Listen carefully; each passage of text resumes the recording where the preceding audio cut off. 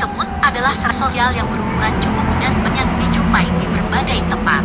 Meski berukuran sangat kecil, semut bisa menjadi makhluk yang sangat menjengkelkan.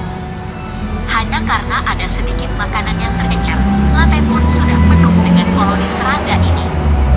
Mereka juga sangat mudah membuat sarang di mana-mana, di dalam dinding, di lantai sekitar meja atau di bawah lemari.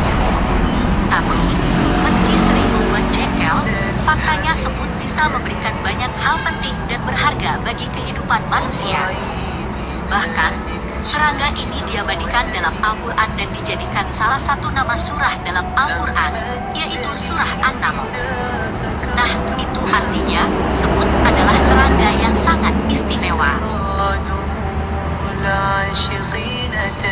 Di dalam surah An-Naml ayat ke-18 dan 19, diceritakan tentang kisah Nabi Sulaiman alaihi salam dan semut. Allah Subhanahu wa Ta'ala berfirman, "Hingga ketika mereka sampai di lembah semut, berkatalah seekor semut, 'Wahai semut-semut, masuklah ke dalam sarang-sarangmu, agar kamu tidak diinjak oleh Sulaiman dan bala tentaranya, sedangkan mereka tidak menyadari.'" Sulaiman alaihi salam adalah nabi yang dikaruniai mukjizat yang dapat memahami bahasa binatang. Sehingga, Nabi Sulaiman mengerti kekhawatiran para semut. Lalu, ia memerintahkan bala tentaranya untuk berhenti sejenak. Dalam ayat ke-19, dikisahkan bahwa Nabi Sulaiman berkata, maka Sulaiman tersenyum, lalu tertawa karena mendengar perkataan semut itu. Dan dia berdoa, "Ya Tuhanku, anugerahkanlah aku ilham untuk tetap mensyukuri nikmat-Mu yang telah Engkau anugerahkan kepadaku dan kepada kedua orang tuaku, dan agar aku mengerjakan kebajikan yang Engkau ridhau, dan masukkan aku dengan rahmat-Mu ke dalam golongan hamba-Mu yang soleh."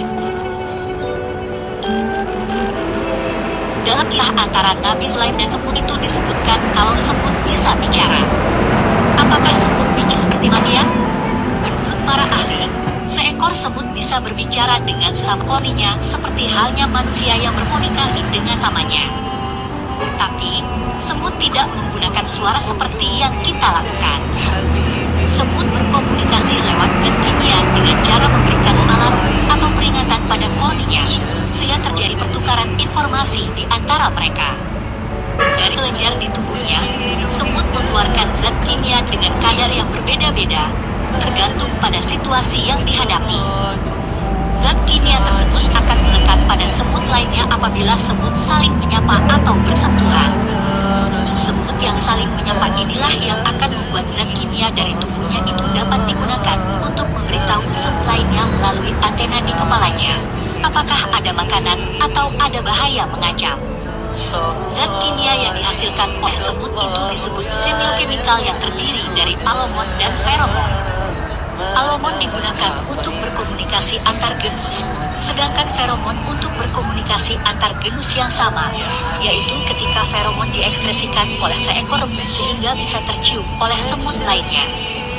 Lalu, semut yang lain menangkap pesan itu lewat bau atau rasa, kemudian menanggapinya. Ketika melakukan interaksi dengan semut lainnya itu, semut terlihat seperti orang yang bersalaman, bahkan ada yang terlihat seperti berciuman. Sebenarnya, semut bukan bersalaman apalagi saling memberikan ciuman. Fenomena ini disebut trofalaksis, yaitu melakukan transfer makanan atau cairan lain dari mulut ke mulut. Trofalaksis ini banyak ditemui pada spesies serangga sosial, seperti semut, rayap, dan lebah. Pertukaran cairan ini memungkinkan semut untuk berbagi makanan protein penting lainnya yang dihasilkan oleh semut itu sendiri. Semut melakukan trofalaksis ketika merasa lapar.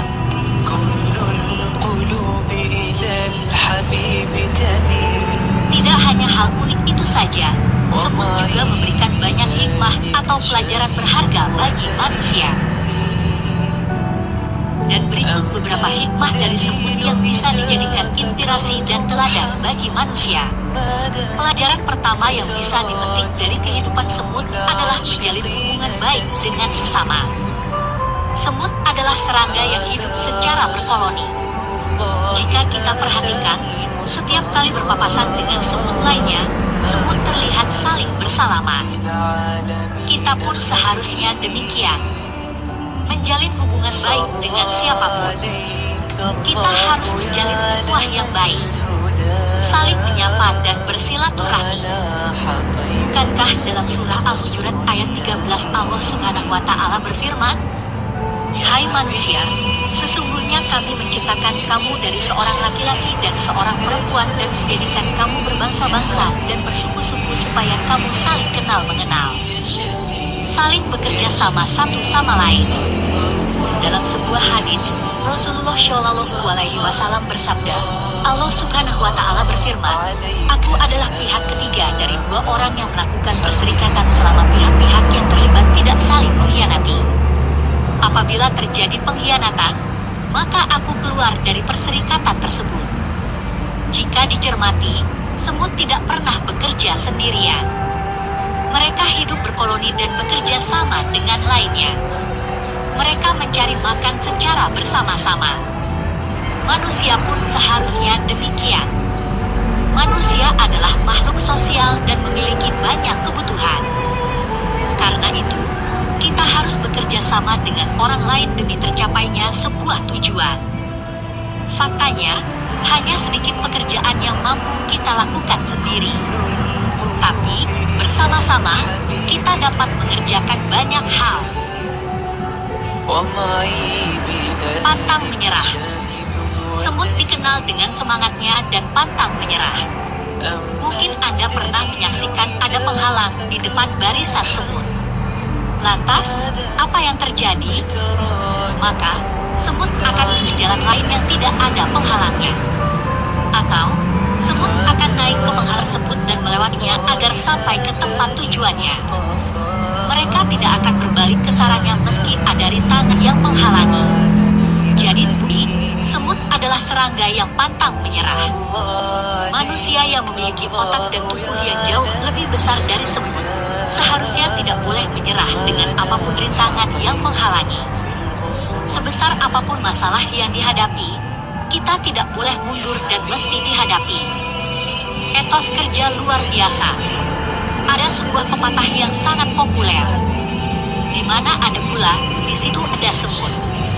Ya, semut adalah serangga kecil yang tak kenal lelah dan punya etos kerja yang sangat luar biasa. Mereka selalu berjalan dan tak pernah bosan menjalankan aktivitasnya. Semut takkan berhenti sebelum tujuannya tercapai.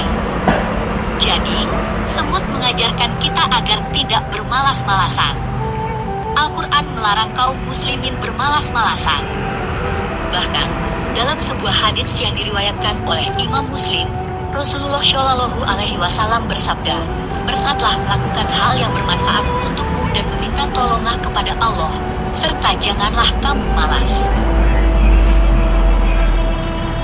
Saling berbagi. Semut mengajarkan kita untuk selalu berbagi dengan sesama. Ketika salah satu dari semut mendapatkan makanan, maka ia akan memberikan isyarat kepada koloninya agar bersama-sama menikmati makanan tersebut. Ketika ada semut lainnya yang lapar, semut yang memiliki cadangan makanan akan mentransfer makanan tersebut dan memberikannya pada semut yang lapar. Ketika berpindah tempat, semut tetap bahu-membahu membawa makanannya untuk dinikmati bersama-sama di sarang barunya. Artinya, tidak menjadi orang egois. Jika dikaruniai harta yang banyak, bantulah orang yang tidak mampu. Jika mampu memberi pertolongan, maka bantulah orang yang membutuhkan. Ingat sabda Rasulullah Shallallahu Alaihi Wasallam, tangan di atas lebih baik daripada tangan yang di bawah. Dengan berbagi, hidup kita akan lebih indah dan damai. Tidak mementing diri sendiri. Ketika menghadapi ancaman bahaya, semut mengutamakan kepentingan umum daripada kepentingan pribadinya. Ketika Nabi Sulaiman dan tentaranya mau lewat, semut memperingatkan teman-temannya agar menghindar dari jalan yang akan dilewati oleh Nabi Sulaiman dan tentaranya. Semut tidak melarikan diri sendirian, tapi ia berdiri dan memperingatkan koloninya untuk menyelamatkan diri. Mereka mengutamakan kepentingan bangsanya di atas kepentingan diri sendiri.